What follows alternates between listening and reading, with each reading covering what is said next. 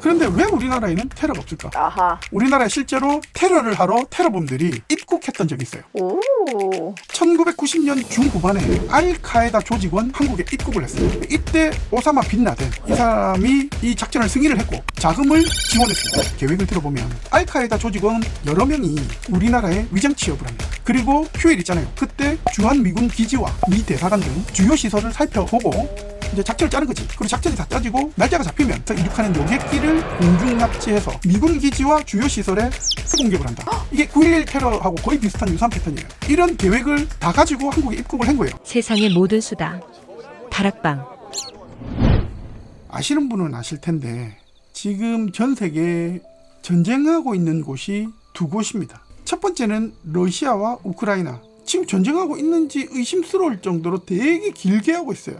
그런데 어느새 포털 뉴스에서까지 사라졌습니다. 최근에 핫하게 나온 게 이제 푸틴이 뭐 심정지가 되었다가 뭐 그런 사건이 있었는데, 그리고 두 번째가 얼마 전에 시작된 이스라엘과 하마스. 이건 전쟁이라고 해야 될지 모르겠지만, 그러니까 먼저 하마스가 먼저 침범을 해서 일반인을 납치하고 테러를 한 거잖아요. 테러하면 뭐가 생각나세요? 갑자기요? 네, 갑자기 영화 대테러. 한국 영화. 그렇죠. 그게 이제 미국에 판권이 수출돼가지고, 아무튼 저는 테러하면 9.11 월드 트레이드 센터. 아, 그러네요. 그게 제일 먼저 생각이 나요.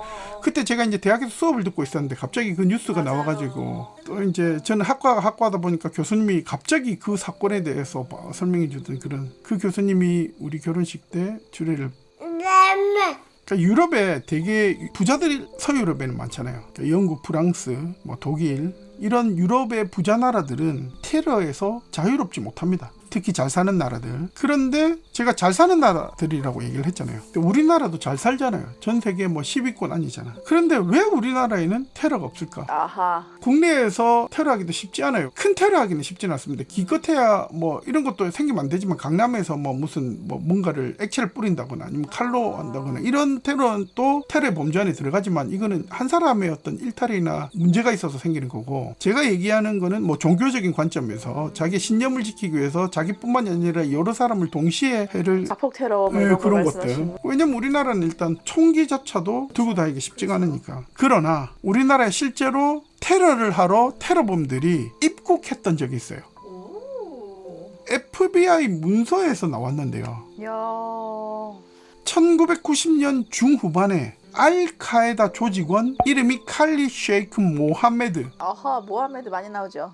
왜 이명이 테러 모의를 합니다. 그리고 한국에 입국을 했어요. 이때 오사마 빈 라덴 이 사람이 이 작전을 승인을 했고 자금을 지원했습니다. 그만큼 이제 조직적으로 이루어진 그런 테러였고, 이 알카에다 애들의 계획을 들어보면 알카에다 조직원 여러 명이 우리나라에 위장 취업을 합니다. 그리고 뭐 쉬는 시간이나 아니면 휴일 있잖아요. 그때 이 조직원들이 주한 미군 기지와 미 대사관 등 주요 시설을 살펴보고 이제 작전을 짜는 거지. 그리고 작전이 다 짜지고 날짜가 잡히면 김포국제공항이나 아니면 그 옆 나라인 하네다 국제공항에서 이륙하는 요객기를 공중 납치해서 미군 기지와 주요 시설에 자살 공격을 한다. 이게 9.11 테러하고 거의 비슷한 유사한 패턴이에요. 오, 구체적이네요. 이런 계획을 다 가지고 한국에 입국을 한 거예요. 그래서 알카에다에서는 이 작전에 이름까지 붙였는데 무슨 뜻인지는 모르겠는데 보진카 작전이라고 부른 작전을 계획을 했어요. 그런데 이 테러가 왜 이루어지지 않았느냐? 국정원이나 국군 첩보부대가 사전에 테러범을 잡은 게 아니에요. 아하, 반전이 있네요. 이 알카에다 이 조직원들의 실수와 그리고 우리나라의 그때 당시에 독특한 사회적인 병폐 때문인데, 이 알카에다 조직원들은 위장 취업을 잘못한 겁니다. 요즘에는 뭐 식당에 가도 외국인 노동자들이 있는데 그때 당시에는 흔하지 않았어요. 그래서 시골에 있는 뭐 도시 변방의 공장 이런 영세 기업에 이제 취업을 많이 했죠. 그런데 그 취업한 곳이 그 외노자들의 피를 빠는 그런 악덕 사장이 있는 그런 공장에 이제 그런 개그도 있었잖아요. 사장님 나빠요. 맞아요. 그래서 이 사람들의 일과가 어땠냐면 죽도록 사장이 얘들을 때리고 아, 스파르타였군요. 맨날 끊임없이 되게 힘든 노동을 중노동을 시키고 12시간 이상 하루에 12시간 이상 쉬는 날 시키고. 나갈 수가 없겠네요. 피곤해서.